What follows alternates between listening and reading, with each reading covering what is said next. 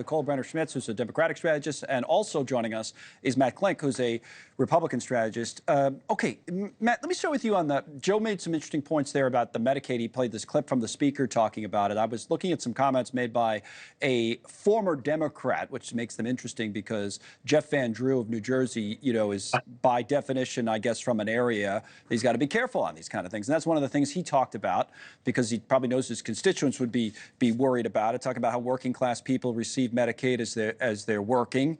It's not just lazy people sitting around not doing their job. So, Republicans in swing districts, are they going to be okay with this? Yeah, that remains to be seen, Connell. I think that's the proverbial 217 or 218 vote question in the House right now.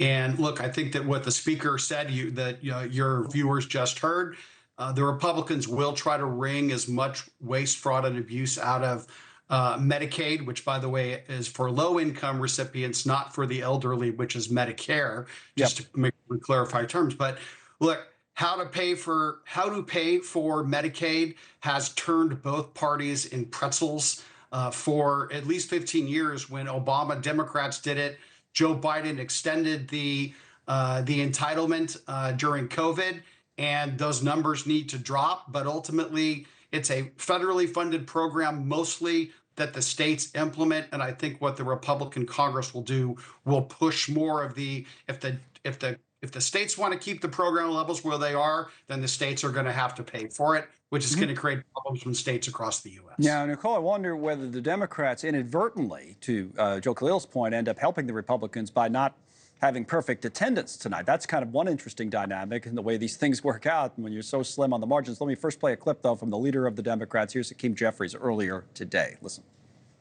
The reckless Republican budget will hurt everyday Americans who rely on Medicaid, rely on nutritional assistance, and rely on veterans' benefits. This is not a reality show. This is not a joke.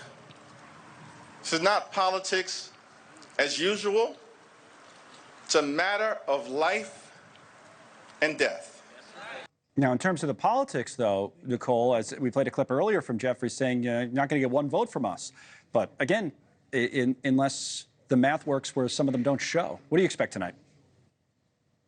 I mean, look, I think the Democrats have been very clear. They're united. They're not going to vote for this. They're not going to sacrifice a vote. But the interesting thing about the Medicaid stuff, too, is it's not just the people who are on it.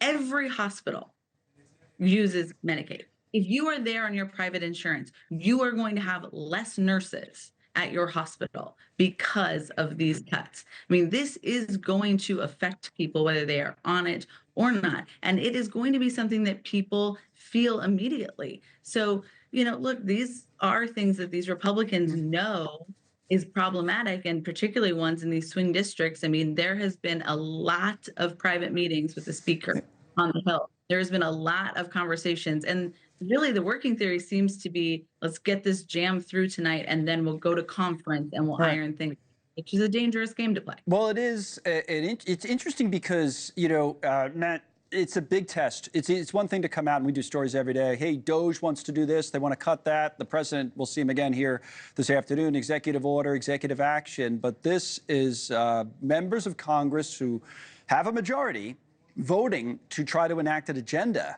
But it's really, really slim. This is the first big test 100%. For Republicans, 100%. I mean, if you look historically at Democrat and Republican presidents over the years, the major planks of their political agendas are implemented through the reconciliation process. Right. Obama did some of it with Obamacare. Joe Biden used it. The Bushes both used it. So, yes, if the Republicans don't, put it this way, if the Republicans don't get in the House, don't get a budget resolution passed, the Republican Congress can't use the reconciliation process, and then the Trump tax cuts expire, rates go.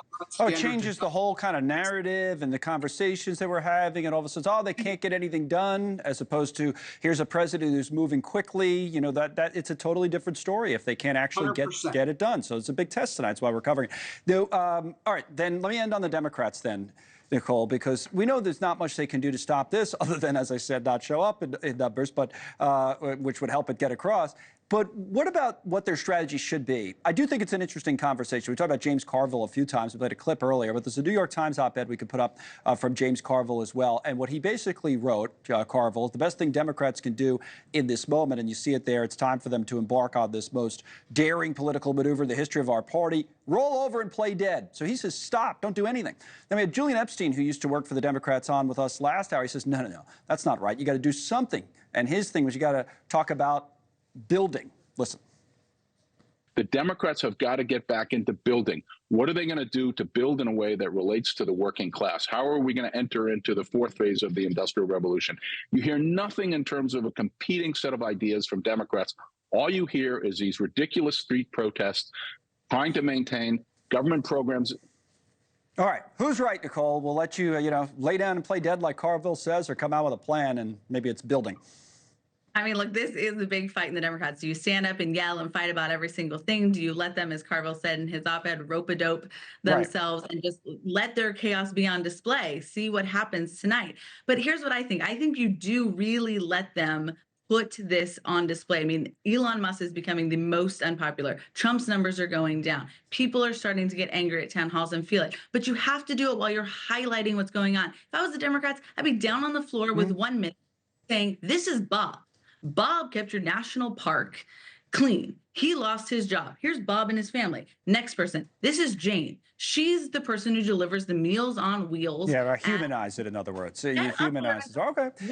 Constituents and what's happening, because people thought they were clearing the swamp. And what they didn't think about was the fact that these are jobs in their communities. These are places that keep their local economies going. It's not just wiping out a bunch of bureaucrats in D.C. Matt was nodding along with everything you said. I think he 100% agrees, so we don't even have to go back to him for a final. It's not a good. Oh, sorry. It's never a good strategy to go silent. Humanize the issue, make it tangible for other people. And he does agree. That's not a Republican or Democrat. Humanize it, engage. That's what people want to see. All right, so that's, I think we're 3 for 3, 1 Republican and 2 Democrats today who say that they don't agree with Carville. They don't agree with Carville to just sit back. So it's interesting. We'll see tonight. Hopefully we do get this vote so the test happens and we see where everybody stands, at least on the Republican side. Nicole, thank you. Matt, thank you as well. Good to see you both.